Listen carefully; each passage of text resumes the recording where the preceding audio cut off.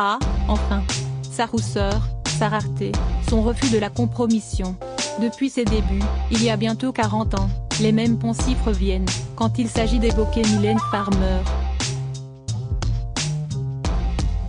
Son cas est plus complexe.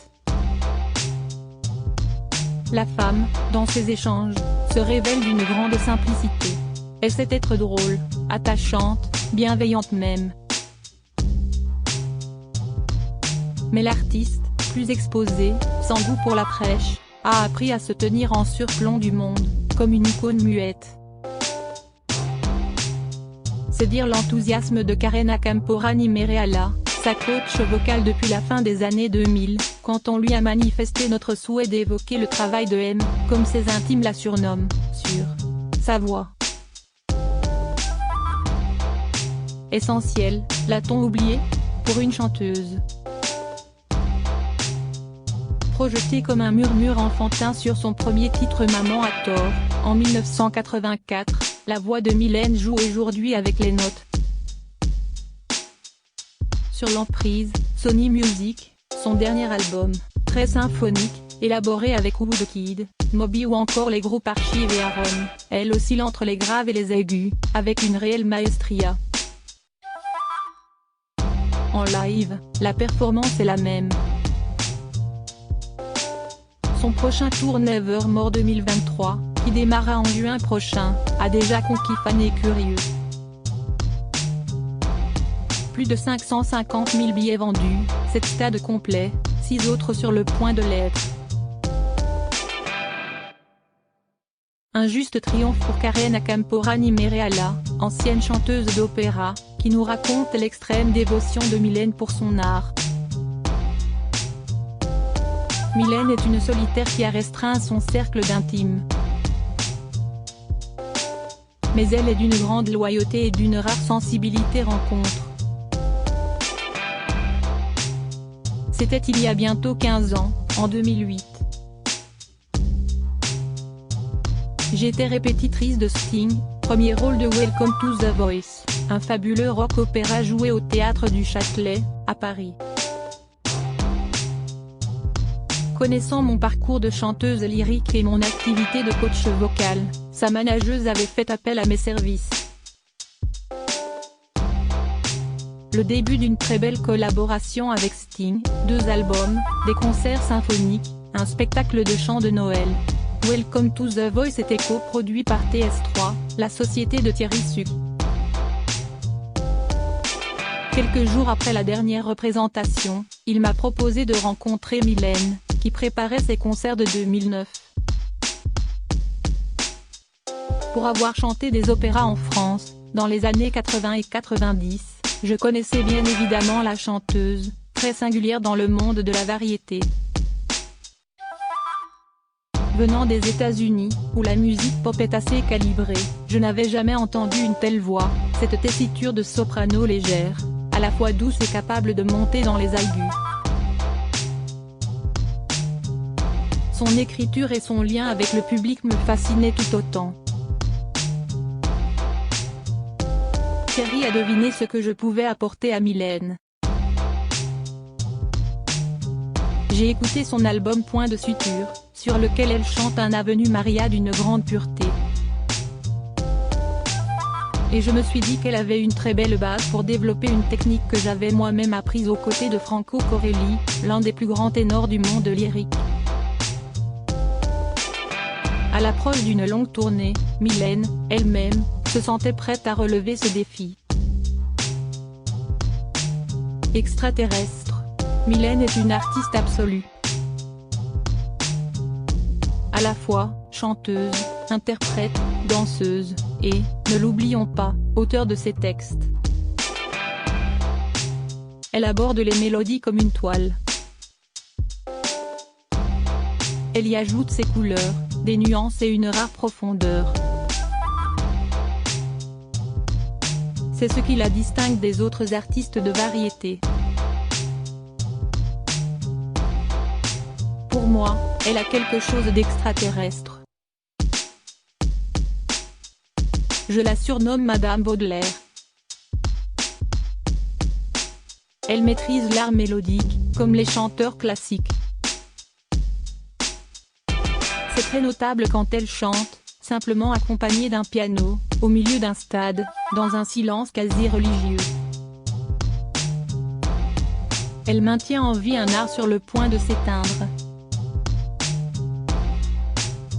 Sa volonté de s'y former, peu importe les difficultés, dit beaucoup de sa personnalité. Ensemble, nous avons découvert des capacités qu'elle n'avait jamais exploitées. J'ai surtout découvert une femme aussi passionnée que discrète. C'est une solitaire, qui a restreint son cercle d'intimes. Mais elle est d'une grande loyauté et d'une rare sensibilité. Sa musique est une armure, mais la femme qu'elle est dans l'intimité est très incarnée. Il lui est arrivé de me maudire un peu, quand je l'obligeais à chanter encore plus au trésor caché. Mylène n'a fait preuve de timidité qu'au tout début de notre collaboration. À mesure que je découvrais ses capacités vocales, je l'ai poussée à chanter toujours plus haut. Elle a d'abord été un peu déstabilisée.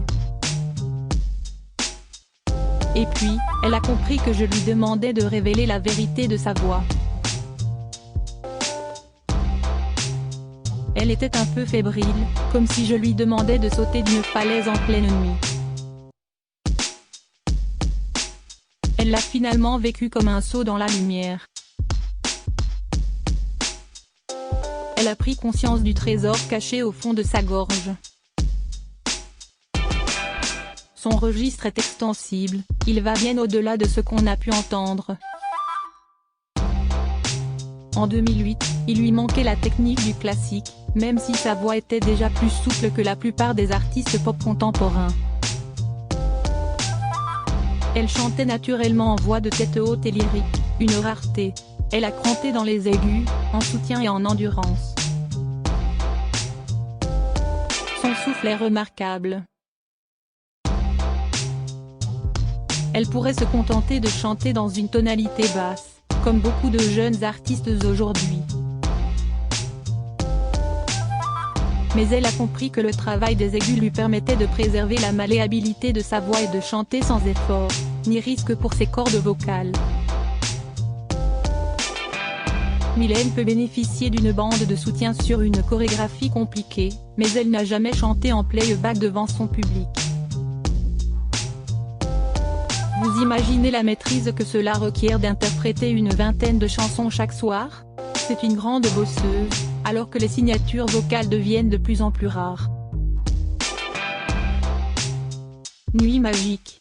En 2009 et en 2013, nous avons étudié ces textes ensemble pour parfaire encore la résonance de ses voyelles et la coloration de son chant.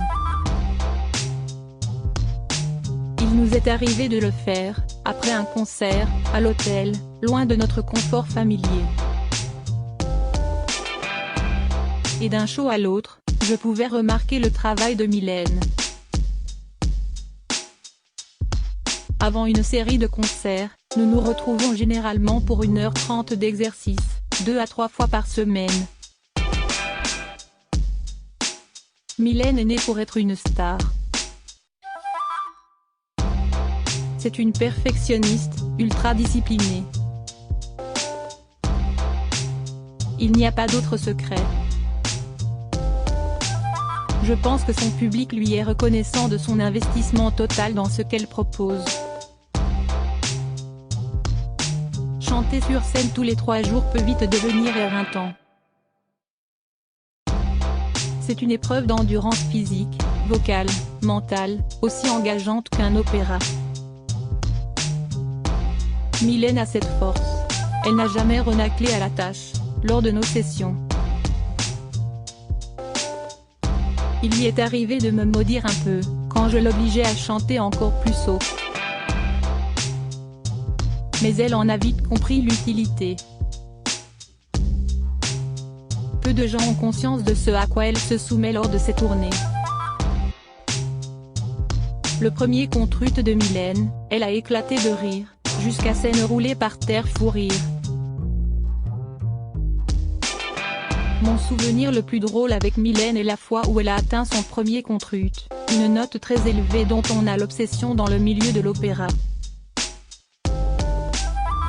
Elle-même surprise, elle a éclaté de rire, jusqu'à s'enrouler par terre.